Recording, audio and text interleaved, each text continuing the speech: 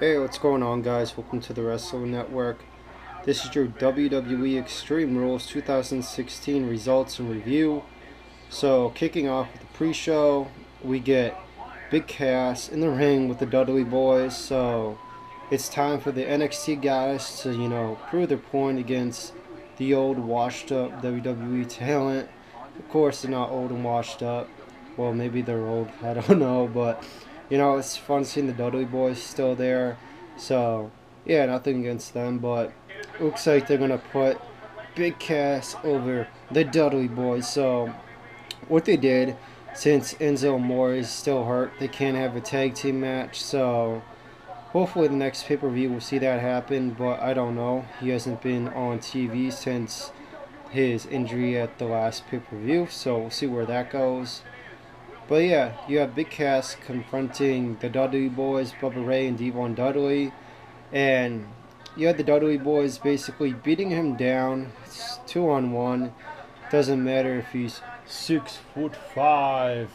It doesn't matter. The Dudley Boys are gonna beat your ass. But no, the Dudley Boys miscalculate and they hit each other. And Big Cass follows up by capitalizing on the opportunity by the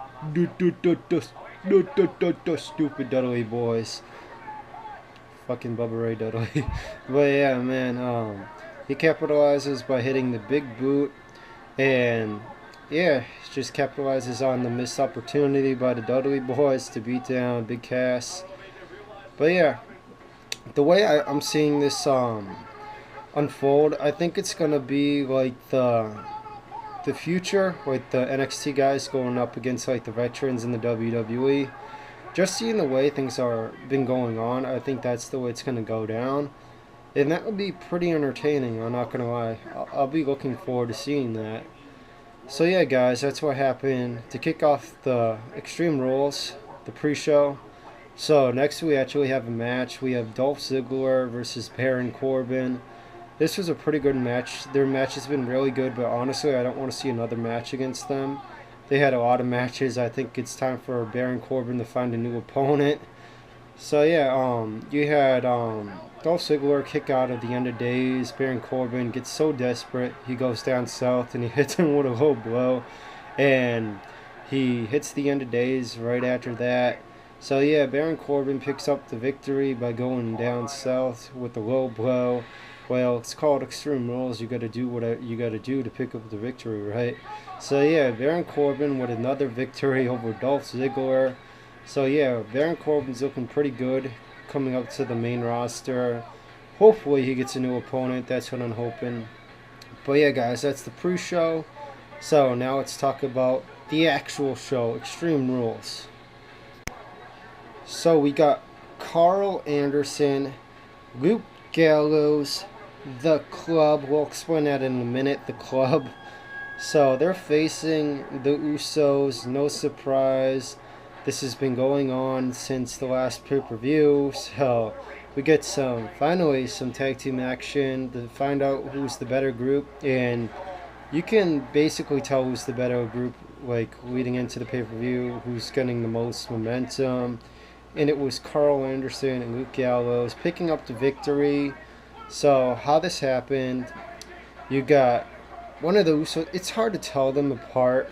So you got Luke Gallows like on the ground, and there's a ring bell like beside him. He was gonna hit one of the Usos with it, but the Usos ducked and hit him. So the bell's like right next to him, like on the ground right next to him. One of the Usos jumps, and you got Luke Gallows rolling out of the way, and the Uso hits the side of his rib on the belt, and then Luke Gallows does the powerbomb finisher, and they pick up the victory. So yeah, I'm pretty happy about that. I really didn't want the Usos to win. I want Carl Anderson and Luke Gallows to get as much momentum as they can just coming up to the roster. It's a pretty good win over the Usos, so that's a good win. So hopefully we see something happen tonight. AJ Styles versus Roman Reigns. Hopefully AJ Styles can pick up the victory, but I think it's going to be hard. You can see it's going on right now. I'm just doing this live right now. So yeah, guys, talking about the Club. Why is it not called the Bull Club? Honestly, I don't know if there's any copyright. I don't think there is, because on Edge and Christian, they actually talked about the Bullet Club, so I don't think there's any copyright. Maybe further down to put Bullet, in the name, but AJ Styles earlier in the show walked into a locker room, and surprise, surprise, above the locker room name, where it says The Club. I don't know what's up with that. Honestly, I don't like that name, The Club. It sounds kind of lame. Hopefully they do change it to the Bullet Club. That'd be a lot better. So fingers crossed on that. Hopefully that happens. Up next, we got the United States Championship on the line. Kalisto defending his championship against Rusev. Finally, it's not Ryback. Finally, Kalisto gets a new challenger. So Rusev is definitely a person with a lot of build-up. I knew he was going to get the title tonight.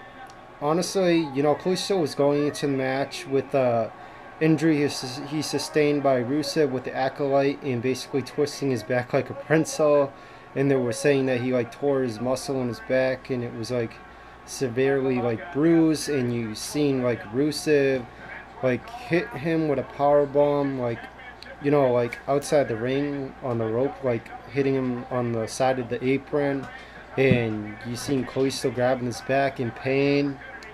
And after that, it looked like the match was going to be stopped. I would have been mad if it happened. A couple times it looked like it was going to happen, and Rusev was going to get DQ'd. Again, I don't get it why they were having a normal match. It's called Extreme Rules. That's one thing I don't get with this pay-per-view. Some of these matches were normal. I just don't get it. But yeah, it looked like Rusev was going to get DQ'd a couple times. So he just grabs Kalisto in the middle of the ring, drags him, puts the Acolyte in. Kalisto taps out in 3 seconds. But yeah, man, I'm happy there's a new champion. I do like Kalisto. I do like his gimmick. I hope it improves further on. I really do. He reminds me more of Ultimo Dragon instead of Rey Mysterio. I do like that. I do like Kalisto going into the future. I just hope his gimmick gets a little bit better, but I do like his moveset. I do like his outfits and stuff. I just hope his gimmick gets better. Nothing against him, but happy there's a new champion. All hail Rusev, the greatest United States champion. Up next, we get the Tag Team Championships on the line as the New Day defends their titles against the Vaudevillains. Of course, the Vaudevillains picking up the #1 contender spot by having a no contest against Big Cass and Enzo Amore. I don't know why they didn't put these guys in another #1 contenders match against another tag team before having this match. I just don't understand WWE's planning, but yeah, they get basically a free match, which never would have happened until Amore and Big Cass would have won that match. But yeah, free pass for the Tag Team Championship match. Of course, no way in hell they're gonna win. So yeah, getting into the match, surprisingly, they had Xavier Woods in there with Big E. I didn't understand that. Maybe they're going to split up the New Day soon. I don't know. It's kind of looking like they're going to have some kind of conflict with Xavier Woods going at it with the New Day, saying he's not the weak member. Because in the match, this was a pretty good match, but the way it ended, you had Xavier Woods not paying attention. Kofi Kingston hits one of the Vaudevillains inside the ring, but he was outside the ring with the Trouble in Paradise. And yeah, Xavier Woods taking advantage of that and pinning him. And usually when tag teams have something like that, they'll see it on the big screen and they'll be like, why couldn't you don't think I could have picked up the victory like that? Usually they do that with tag teams, and that's the sign that they're going to split up the tag team. Hopefully they don't do it, because the New Day is really hot and it's a good thing for WWE. Hopefully they don't do that. But yeah, the New Day retains their titles, so it looks like there's going to be some kind of storyline in the New Day. Hopefully nothing bad happens where they break up. I really hope they don't, because the New Day is a good thing for WWE, so hopefully nothing happens. Up next, we got a fatal 4-way for the Intercontinental Championship. Sami Zayn, Kevin Owens, TheMiz, and Cesaro, like I predicted it was going to happen. So this was a really good match. A couple times it looked like TheMiz had the match won. He hit the skull-crushing finale to Cesaro. Cesaro kicked out, I don't know how. Then you got these guys hitting their finishers, and then you have the opponents on like outside the ring, you know, breaking the count of two by dragging somebody outside the ring. Sami Zayn looked like he had the match won at one point, and you know, Kevin Owens dragged him outside the ring. Sami Zayn got really mad and just started to throw Kevin Owens like outside the ring on the padding like 2 times, and then he just like punched him in the face. The Miz slides in the ring and he just picks up the victory. Honestly, I don't understand that, but yeah, this match was really good. I don't mind the outcome of the win. I just like the match, but honestly, I don't like the ending with the Miz, you know, just sliding into the ring and just fucking picking up the victory, but it's whatever. This match, out of 4 to 5 stars, I'd put this match out of 4. Could have been a 5 if they come out with like a better ending. But yeah, this match was really good and I enjoyed it. Up next, we got the Asylum match, Dean Ambrose versus Chris Jericho. So I only saw like a portion of this match. As you guys can see, I'm like recording this live while it's going on. I'm probably going to rewind this. But yeah, Dean Ambrose was hitting Chris Jericho with weapons and stuff. But unfortunately, my power went out. Not once, but twice in the middle of restarting my PS4. So I just went where it was, and it was starting the Divas match. So I did hear that Dean Ambrose picked up the victory, which I'm pretty happy about. I just don't understand what's up with Chris Jericho walking out with a scarf. It looks really fucking weird, but yeah, I'm happy that Dean Ambrose picked up the victory. Again, with Chris Jericho, stipulation if he lost like that last match, he couldn't have the highlight reel, and then they had it like the next day or whatever on Raw. I just don't understand like what WWE's doing with these like, you know, match stipulations, and then, you know, they don't like come up with the outcome of the match and they just have it go on Raw. Like, you know, same thing with Shane McMahon losing to The Undertaker. The next week he's running Raw. Of course I would want that to happen, but you know what I'm saying. It's just, you know, makes you wonder like what the fuck is the point of having like a stipulation in a match and then the next day, you know, you're going to go back to the same thing. I don't understand it, but, you know, happy that Dean Ambrose picked up the victory in this match. Up next, we got the Women's Championship, not the Divas, the Women's. There's a new belt. So Charlotte has to defend her title against Natalya. No way in fucking hell they're going to put the belt on Natalya. So even though Ric Flair is banned, you know, something is going to happen in this match. Fucking weirdest thing happened too. You got fucking Dana Brooke come out with like a fucking robe on. I don't fucking understand it. But yeah, she caused a distraction. And you got fucking Charlotte put in the figure 8 and making Natalya a tap out. Of course, it's fucking obvious that, you know, Natalya is not going to win. You know, with her age and everything in WWE right now, they wouldn't want to put a belt on her. You know, no offense to her, she'll still be one of my favorite women's competitors in the WWE history. But where we're at in WWE right now, they just don't want that to happen. Even as sad as it is to say, she still got it in the ring, but they're not going to do that. So yeah, and if any of you guys say, oh, maybe they will, this is like fucking 3 times now they had a match and they haven't gave her the title. So yeah, I think that's saying something. But yeah, this match was just fucking stupid. I don't get it. Dana Brooke walking out with a robe, she's like, woo! What the fuck? I don't understand. Who the fuck is writing these storylines at all in the WWE? You had a fucking storyline about a fucking plant called Mitch. Like, fucking really? I know you're trying to be fucking funny and shit, but honestly, that's pretty fucking lame. But yeah, guys, I think WWE needs some new story writers. You know, some of the stuff they come up with is good, but some of the stuff they really write is really stupid lately. It's just really bad. Hopefully it improves, but it's just really bad lately. Alright, so we're in the main event now. AJ Styles versus Roman Reigns for the WWE World Heavyweight Championship. This match is no disqualifications, anything goes, so yeah, definitely expect the Usos, Luke Gallows, Carl Anderson in this match. So this match like gets involved in the crowd early on. They're battling through the crowd, and I don't understand why they would take the risk. A lot of people hate Roman Reigns' guts. I would expect this guy to get punched in the face, but surprised it didn't happen. I really was surprised. I thought he would have got punched in the face. He actually got near a fan that was like really getting in his face. But yeah, this was interesting. It got to like the pre-show announce table, and Roman Reigns threw AJ Styles over his shoulder onto the glass table. It looked like it really hurt AJ Styles. It was pretty cool seeing them battle all through the crowd and through the arena. It was really cool seeing that. Again, one thing I wish they did, they would fight like outside, like in the garage and stuff. I think that would have been more cool. But I'm not going to complain. This match was really good. Even though if there wasn't like interference with the Usos and Carl Anderson and Luke Gallows, this match would have still been good without that. It even got better when they came in, and we'll explain that in a minute. But yeah, you got Roman Reigns.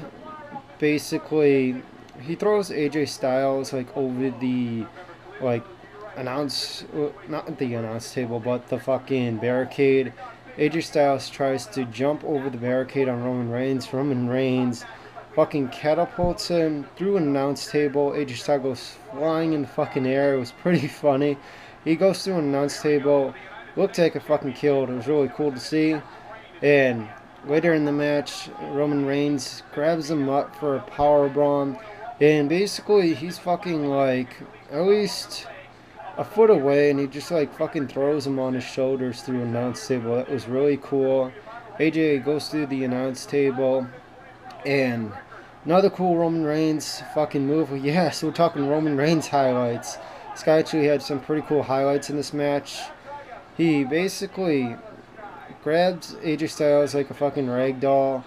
He hit him on the side of the barricade, then on the side of the LED ring. That was really cool right there.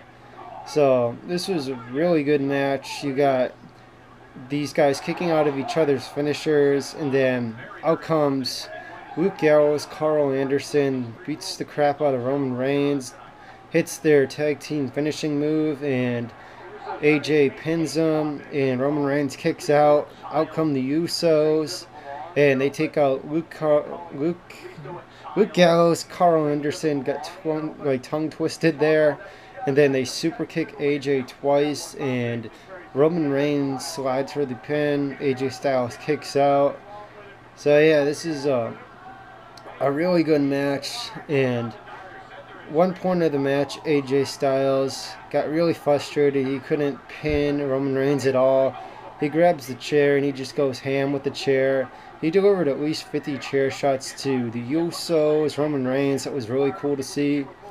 But the way this match ended, you got AJ Styles taking off his elbow pads to deliver the phenomenal elbow. Of course, you know what's going to come. Fucking spear. And I'll give Roman Reigns, he can deliver one fucking mean spear. He delivers one mean spear, and that's all it took. And he pinned AJ.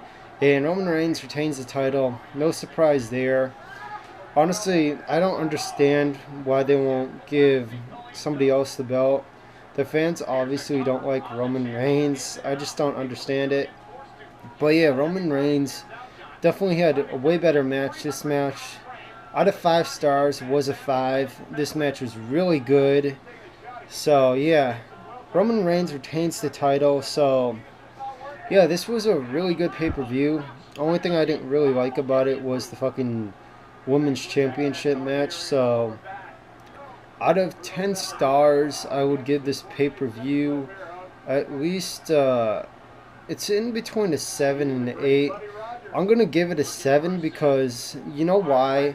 They call it Extreme Rules. In these matches that were supposed to have weapons and all that, they didn't really use it. The only time they used it was in the Asylum match with Dean Ambrose, Chris Jericho, and of course the main event. They didn't use it any time anytime in the pay-per-view with these other matches, so I don't know. They had normal matches, which makes no sense. It's called Extreme Rules for a reason. So for that reason, in the fucking shitty women's match, I'm gonna give this pay-per-view a 7. But this pay-per-view had really good matches. I really enjoyed the Intercontinental Championship match in the main event for the WWE World Heavyweight Championship. Alright guys, one more thing in the ad. I forgot to say this because when I was making this review results, I paused the video, so when Roman Reigns won the belt, I fast forwarded a little bit, and of course it moved on to the replay of Extreme Rules, so I missed what happened. I went on to WWE.com to get some pictures for my thumbnail, and I found out that Seth Rollins returned. So I found out what happened. Roman Reigns was celebrating beating AJ Styles, and Seth Rollins returns, hits the pedigree, raises the title. So Roman Reigns versus Seth Rollins possibly going to happen, but still AJ Styles is in that picture. So will we see a triple threat here? I think that would be really cool. A good match. I would love to see AJ Styles versus Seth Rollins. Definitely more than Roman Reigns. So we'll see where this goes, but really happy that see Seth Rollins back in the WWE ring. Happy that he's back from his injury.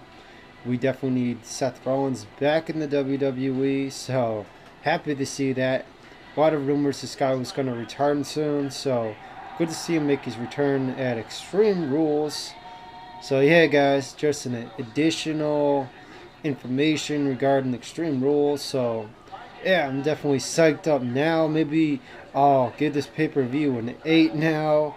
So yeah, we're going to change the grade to this pay-per-view to a 8, not a 7, and an 8 since Seth Rollins' return. Even more better. So yeah guys, this has officially been your Extreme Rules 2016 review and results. Have a good night.